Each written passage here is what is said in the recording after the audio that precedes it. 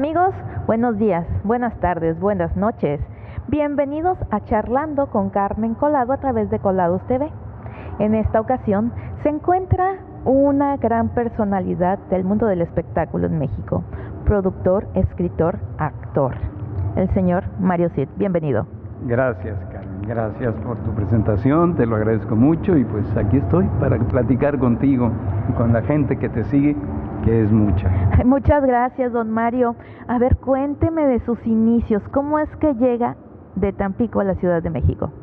Pues mira, yo llego a estudiar, en aquel tiempo no estaba la UAT, Universidad Autónoma de Tamaulipas, no existía todavía. Entonces había que ir a estudiar una carrera universitaria a México, forzosamente. Me voy a estudiar, iba a estudiar yo a contabilidad, porque yo había estudiado había ido como taller en la primaria, en la prepa, como taller contabilidad privada de 3 años a nivel técnico, pero había que estudiarla a nivel contador público y auditor. Y ahí voy a México, me deja su cuarto mi hermano Manuel, que estudiaba medicina y ya estaba graduándose en ese tiempo, ya iba para hacer su servicio social. Me dejó un cuartito de criados de servicio, allá arriba en un hotel, en un edificio de las calles de Argentina, cerca de la Universidad Antigua, donde él estudiaba, la de Santo Domingo. Y pues por ahí ya, transitando yo para cuando iba a tomar mis clases y todo, por ahí voy viendo un día que solicitaban comparsas para la compañía de Enrique Rambal. Enrique Rambal, padre, el que tú conociste. Ajá. Tú ya conociste a Enrique Rambal, el actor que se quedó en México. Y se casó mucho tiempo, con Lucy. Un gran actor, pero él llegó en la compañía de su papá, Enrique Rambal, padre. Y en esa compañía solicitaban comparsas para debutar con una obra que se llamaba El Correo del Zar. Y pues ahí voy yo, me apunté, dije, me cae muy bien el horario, no me queda tiempo para las clases, me gano 7 pesos diarios para los comparsas, dije yo, muy bien. Y pues entré de comparsa en El Correo del Zar, de ahí siguieron Las Cuatro Plumas, me seguí de comparsa, y todo aquellos ensayos y aquel olor a teatro, a camerinos, a maquillaje, pues me fue envolviendo, Carmen, y de pronto me di cuenta que ese era lo mío, que yo no podía salirme de ahí, que yo tenía que ser actor porque no podía hacer otra cosa en la vida. Y se quedó. Y me quedé. Por ahí puso El Mártir del Calvario, Enrique Rambal, en Semana Santa, porque además la temporada iba mal, Iba mal, ya estaban empacando, y traían vestuario, eran de aquellas compañías antiguas que viajaban con vestuario, y con todo, decorados, con muchos actores, técnicos. Venía una compañía grande de España, ¿no? Entonces, pues ya se dieron cuenta que no podían poner todo su repertorio porque la temporada iba hacia abajo. Entonces empezaron a embarcar el vestuario de las obras que ya no se iban a hacer, lo empezaron a embarcar para España, y se quedaban nada más venía Semana Santa con lo del Mártir del Calvario, para ser el Mártir del Calvario. Entonces me quedé yo como comparsa también, ahí voy. Y necesitaban alguien livianito para cuando a Jesús lo bajan de la cruz y lo sacaba la Magdalena y la Virgen y la Verónica, lo agarraban el cendal aquel, una persona ligera que no pesara mucho, porque Rambal no podía hacer, en lo que lo bajaban de la cruz y sacaban al Jesús que según esto iban a enterrar. Él estaba en un camerino abajo en el foso. Los teatros antiguos tenían foso todos. Sí. Y tenía agua el foso. Eso sí no sabía. El agua era para la resonancia de la voz, para producir la acústica en la voz de los actores, y para producir la acústica cuando llevaban música en la orquesta. ¿No te vas cómo sonaba una orquesta de teatro? Siempre retumba. Era por el agua que va en el foso. Y había en el centro del escenario había un cuadro imperceptible casi que se llamaba El Escotillón. Ajá. Que no sé si sabías de eso. Eso sí. Era un elevador manual que se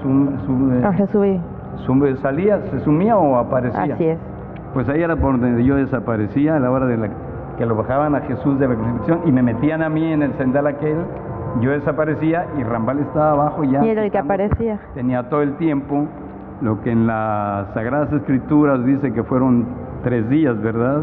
Acá eran 3 segundos. Sí. Pero esos 3 minutos tenía yo para platicar con el primer actor de la compañía, con Rambal.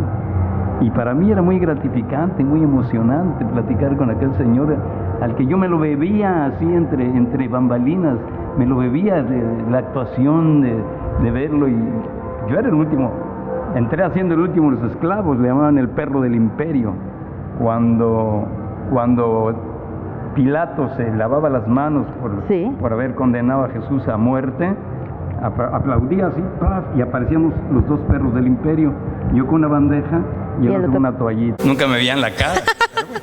De hecho era el doble y él me lo decía, ¿no? Porque allá abajo en el foso hacía mucho frío. Y entonces yo le decía, oiga, o sea, que hace mucho frío, baja desnudo en puro sendal.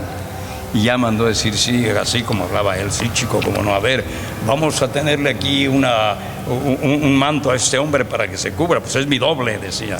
Ay, siempre fue un caballero. Sí, así, muy señor Enrique. Y ya después de allí, su primera actuación, y continúan con el teatro, ¿no? Exactamente, ahí yo le pedí chance, le dije, señor, déjeme hacer el Lázaro.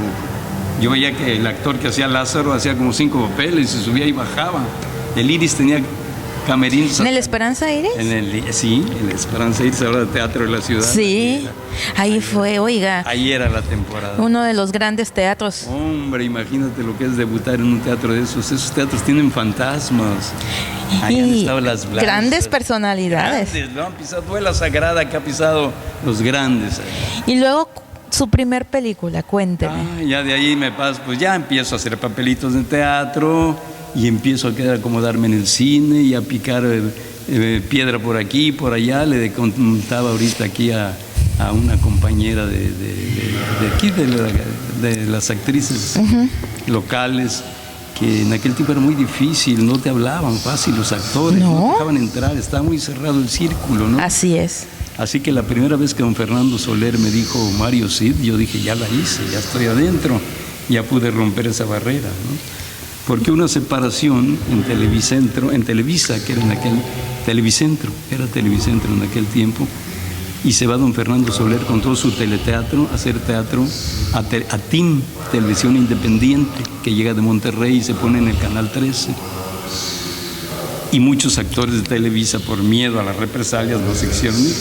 Y entre ellos no se fue el galán que hacía todas las obras con don Fernando, que era Lorenzo de Rodas, un galán muy conocido en aquel tiempo. Y es un gran primer actor. Exactamente, y ahí me da la oportunidad a mí de entrar con don Fernando, de emergente, pero sí, el primer papel que hago con él, y le gusta mi trabajo, y ahí me sigo. Entonces cuando un actor español también le dice, oye, le dice a Fernando, oye Fernando, ¿y quién va a ser los galanes ahora que no viene Lorenzo? Dice, Mario Cid. Y cuando oí que dijo Mario Cid, dije, ya estoy dentro. ¿Y cuál fue la primera intervención en telenovela? Mano a mano, además, con don Fernando Soler, fíjate.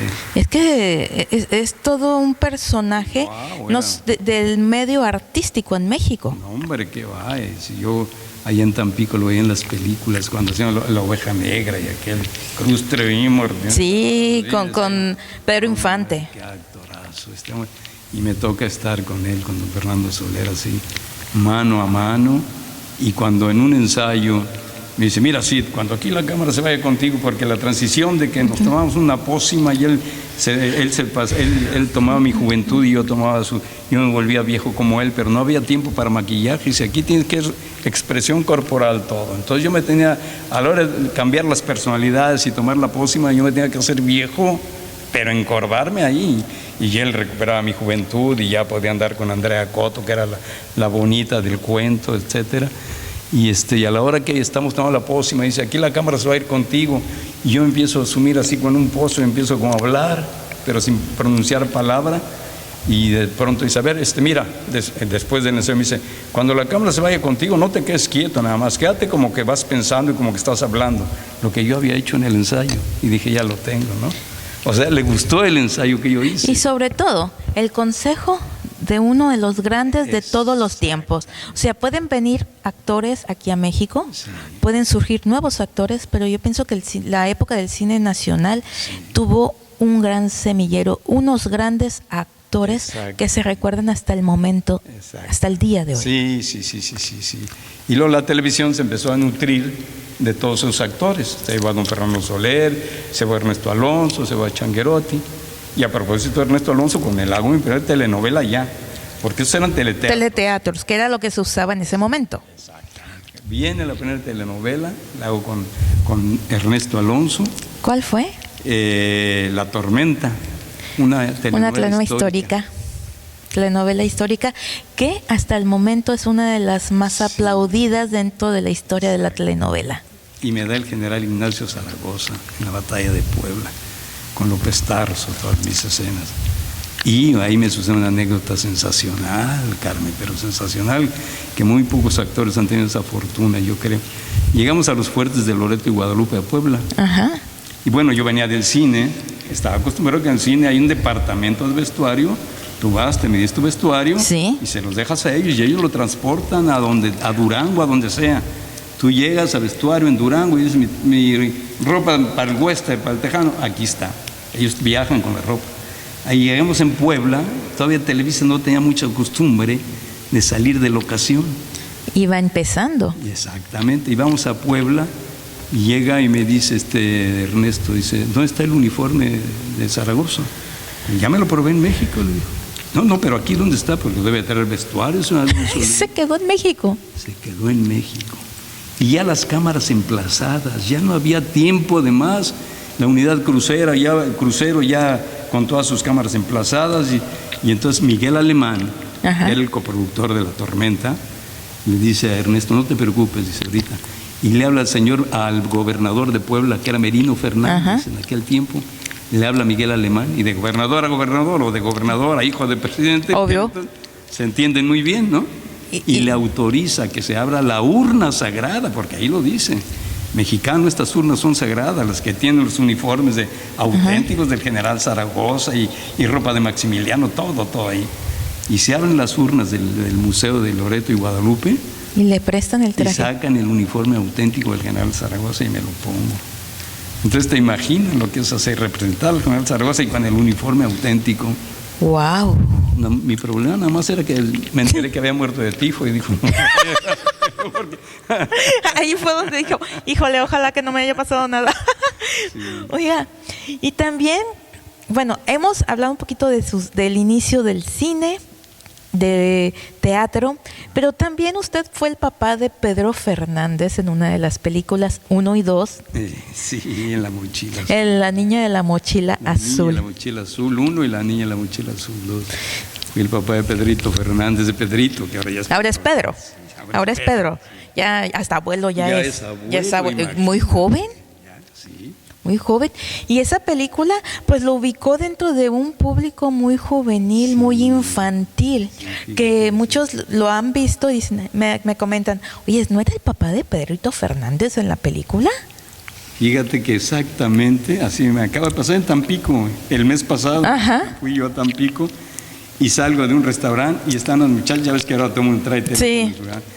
Usted es el papá de Pedrito Fernández en la película, sí. Me puedo tomar las fotos, pero una muchachita de 18, 19 años, una generación que no sabía de Mario Cid nada.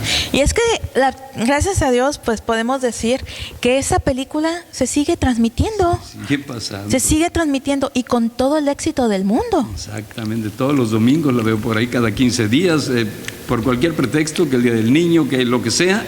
Ahí está las dos mochilas. Y con esa usted sigue vigente con un público nuevo. Sí, verdad. Así es, Carmen. Tengo esa fortuna. Pues eso es maravilloso y sobre todo que las nuevas generaciones lo están conociendo. Sí, fíjate que sí. ¿Y cómo surge su etapa como escritor de películas? Bueno, pues esa es también un poco por necesidad. Yo decía, tiene que entrar más dinero, ya eran muchos hijos, ¿no?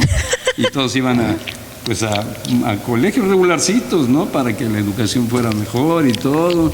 Y pues era Mario, Almita, Mara y Bárbara, 4 hijos, más mi mujer, yo y una sirvienta que siempre nos ayudaba. Pues no sé, tenía que entrar mucho dinero ahí. Y entonces dije, de actor nada más, ¿no? Pues hay que escribir, y empiezo a leer los libretos que yo tenía, a ver cómo pues ya veía cómo los trazaban, y ahora inventar historias, ¿no? Pero también tenía esa facilidad de inventar historias y escribir la primera. Esto es una anécdota que me había platicado Márgara, mi esposa, precisamente, que me pareció muy buena. Y sí se vendió la historia, se llamó Muerta a Sangre Fría. La dirigió Gilberto Gascón, que en aquel momento estaba en su... Ya falleció, sí. Pero en ese momento, estaba en su momento Gilberto. Acaba de dirigir a Glenn Ford y Stella Stevens, la primera coproducción con Hollywood que se hacía en México. Y él me compró la historia para hacerla. Entonces tuve la fortuna de que mi primera historia, que escribí un poco por necesidad de ganar más dinero, pero sí gustó, y gustó la película, y de ahí me di cuenta que gustaban las historias que yo escribía, que podía seguir escribiendo, y además me gustaba sentarme a escribir, ¿no? ¿Y de vampiros? La del vampiro también la escribí. Ese es un clásico.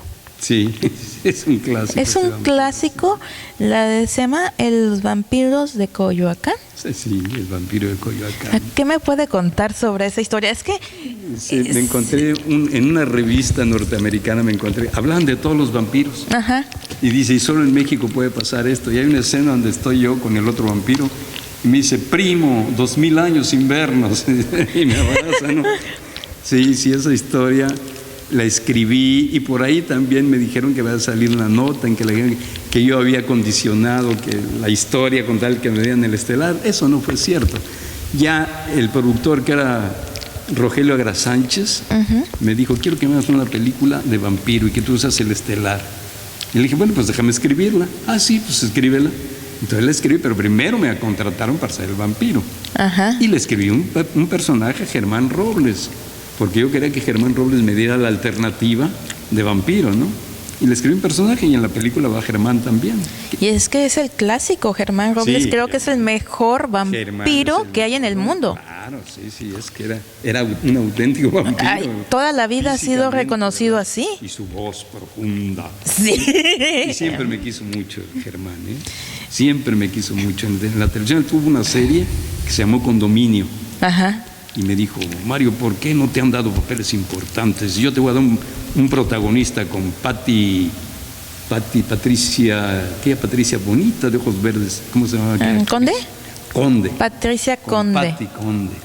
Y me da un protagonista con Pati Conde en la serie Condominio.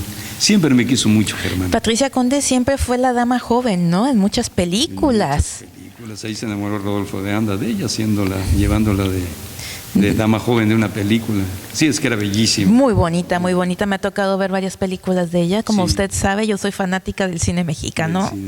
Y por eso, pues puedo navegar tranquilamente por todos los géneros. Me acuerdo una vez platicando con usted que estábamos hablando de las películas de los años 70, que decíamos de las películas de cabareteras. ¿Y se acuerda que usted me decía que hasta usted le entró? Sí, se paró y empezó a contar chistes, no chistes, sino a contar su vida, pero graciosa, de todo lo que le había pasado, y la gente se tiraba de la risa. Y dije, bueno, pues a lo mejor por ahí es tu camino, ¿verdad? Y bueno, pues muy mal, que me sorprende cada día con lo que hace. Y sobre todo con estos dos personajes, María de todos los Ángeles y Doña Lucha, que ella misma me dijo, yo no pensé que fuera a tener el éxito que tuve. Así es. Sí. Le digo, y sobre todo grandes personajes a las cuales le ha dado ella vida. Así es. Sí. ¿Y qué se siente cuando le dicen a usted, oiga, ¿usted es el papá de Mara? Sí. ¿De Don María de todos los Ángeles? Sí. Muchos me lo dicen en serio y sin ninguna maldad, porque pues uno de pronto dices, oye, espérate, yo tengo un currículum, yo tengo 120 películas, yo tengo 5,000 horas de televisión, y empiezo a ser, y dices, ¿cómo que nomás papá de Mara Escalante? ¿Verdad? Pero lo dicen, no, pues es la vida, y así es. Y ella está de moda ahorita, y qué bueno que lo disfrute, y le digo, mi amor, disfruta mucho estos momentos, porque pasan en un abrir y cerrar de ojos. Así es.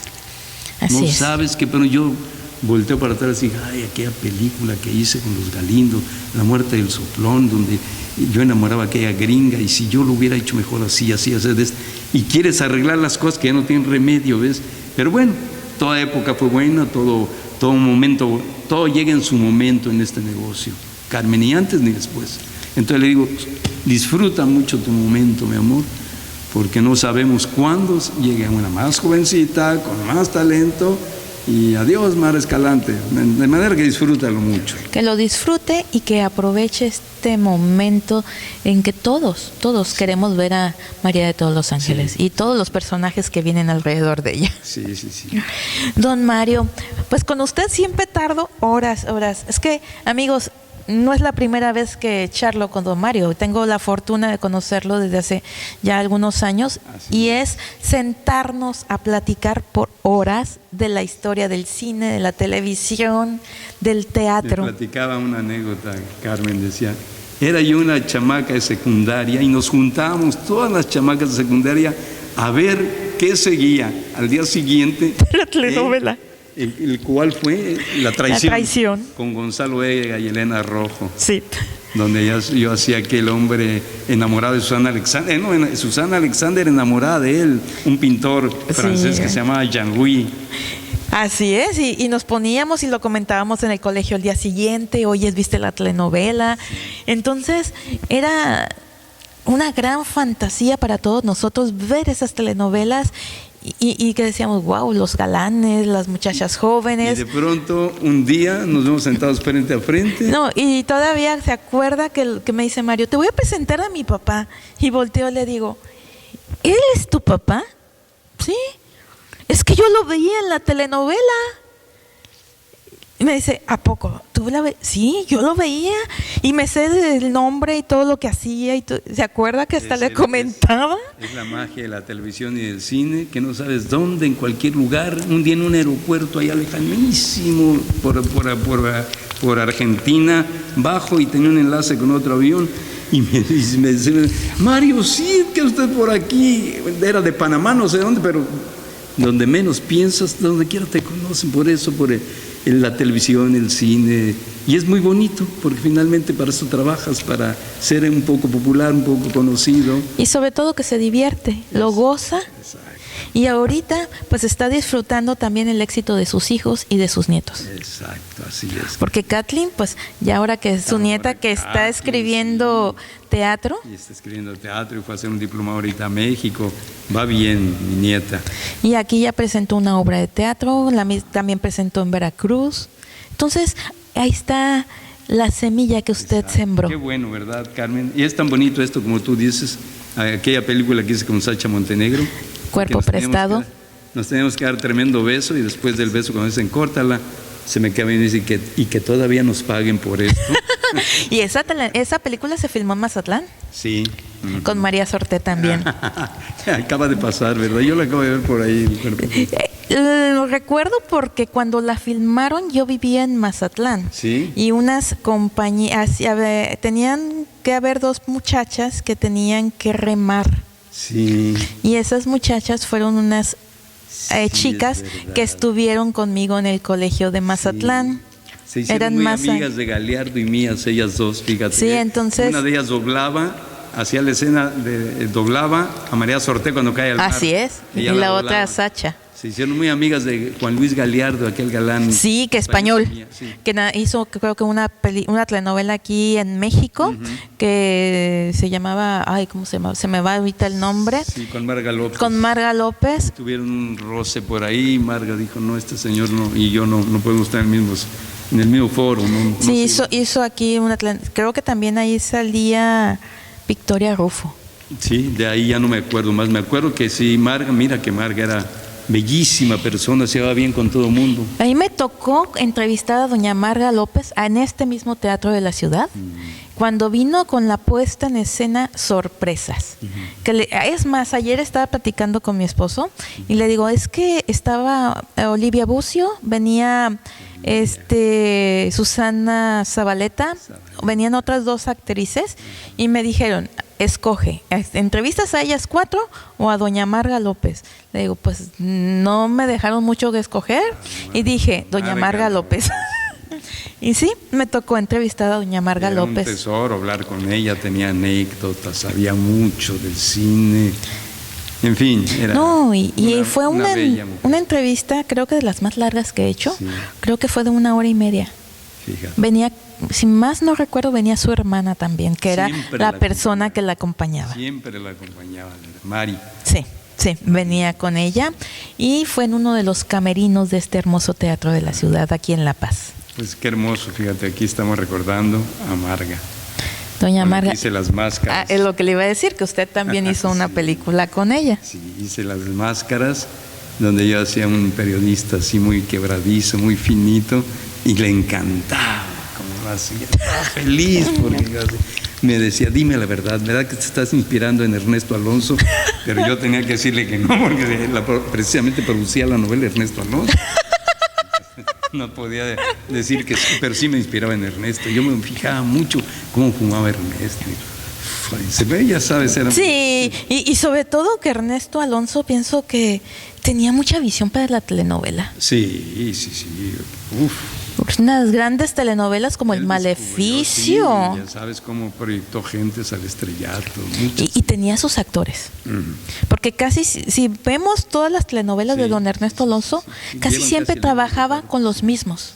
Siempre. Pero también Valentín Pimstein. Hacía lo mismo. Nada más había dos productores, Ernesto y Valentín Pimstein. Y los dos tenían sus equipos.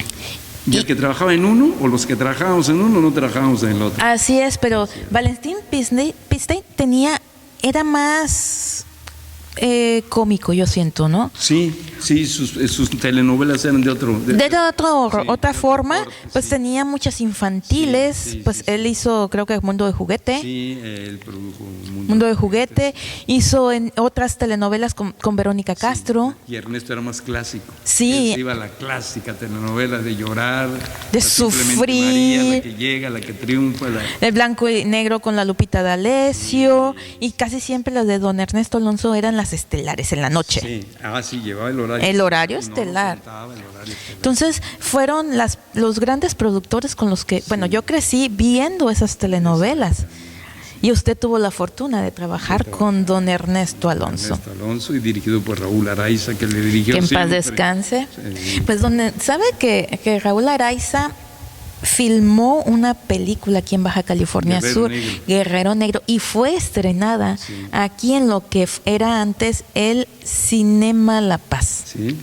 Aquí se estrenó esa película. Yo me la perdí porque a veces teníamos nuestros pleitos, Raúl y yo, y cuando nos peleábamos me castigaban no invitándome a sus producciones, o yo lo castigaba no yendo a sus producciones, pero más castigado era yo por no ir, porque finalmente las películas ahí quedan en la vida, ¿no? Y sí, pero sí, hice con El Fuego en el Mar, en las plataformas, hice con El Cascabel, hice con El Lagunilla 1 y Lagunilla 2 o 3, no sé cuál otra. Hice muchas películas con Raúl Araiza. ¿Sabe que recientemente vi una película creo que era con Andrés García, Pedro Navaja? Ah, Pedro Navaja. ¿Y sabe por qué la vi? Porque me gusta la canción. Ajá, sí. Y dije, no la he visto. Y me senté a verla y de repente, ay, ¿qué hace aquí don Mario? Sí, ahí estábamos, Bruno y Rey y yo éramos los dos. Sí. Y por la calle, se ve pasar la patrulla que anda siguiendo porque al final meten el corrido todo. Sí, al último lo meten y sale Maribel Guardia. Que era la mujer joven, que al último son los dos que mueren, igual que la canción de Rubén Blades hace este tema. Y Resortes, que es el que se encuentra. Él se encuentra la navaja y sí. Que es al que yo bajo a patadas del coche, ¿no? Unas leperadotas, pero fuertes. Pero esa es una película, primero fue el tema y después hizo la película, luego viene la película del hijo de Pedro Navaja. Era Guillermo Capetillo el que hizo esa película, pero ya no aparece. Andrés García había muerto. Ya había muerto, que era el papá. Sí, pero, don Mario, con ustedes seguirle, pero yo pienso que vamos a guardar para la próxima vez que venga, nos vemos. Y con mucho gusto. No, claro. y tener más repertorio, porque hablar de otras películas, de otras anécdotas y de todo lo que usted ha vivido en el cine, en la televisión. Que ha sido bastante. Ha sido bastante, y hablar también sobre esas obras que usted ha escrito para cine. Ajá, cómo no, con mucho gusto hablaremos en las próximas, que ya son, pues por ahí por lo pronto te puedo anticipar que una de ellas tuvo la fortuna de ir al Festival Goya de España. ¿Ah, sí? ¿Cuál fue? Sí, que fue Última Llamada, la que le escribía a Televicine, inspirado precisamente en Bandera Negra. viendo una entrevista de un padre al que le iban a matar a su hijo en Huntsville, en la prisión de Con Texas. Alberto Estrella. Sí. Viendo cómo aquel hombre sufría porque iban a ejecutar a su hijo, me cuestioné y dije, si este hombre fuera actor y si este actor hiciera Bandera Negra, una obra contra la pena de muerte, ¿cómo se cuestionaría en hacer la obra si a su hijo se lo ejecutaban? Y de ahí nació el argumento para... Sí, que el papá creo que es Alberto Estrella. Lo hace Alberto Estrella. Y creo que es una producción de Televicine. Que produjo Chespirito. A Chespirito lo hizo. Ajá. Sí, creo que esa la vi hace tiempo. Ajá. Sí, es una película un poco cruda. Sí, esa historia cruda. la escribí yo y se fue al Festival Goya de España. Concursó allá como la mejor película extranjera, hablada en español, con una argentina y con una cubana y México. Entró en la terna, ganó la Argentina, con Martín H. se llamaba, pero sí entró en la terna y recibió diplomas y todo.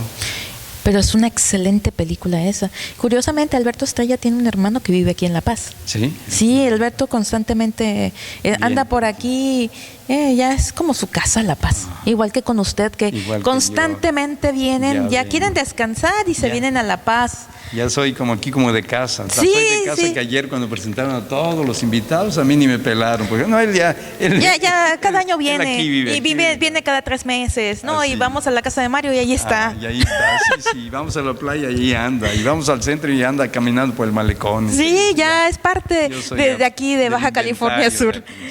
Bueno, muchas gracias, don Mario, por esta entrevista, pero quedamos pendiente para su próximo viaje, porque yo pienso que con usted van a hacer muchos programas hablando, pues tenemos que retomar casi cada película. Perfecto, pues con mucho gusto, Carmen, con mucho gusto.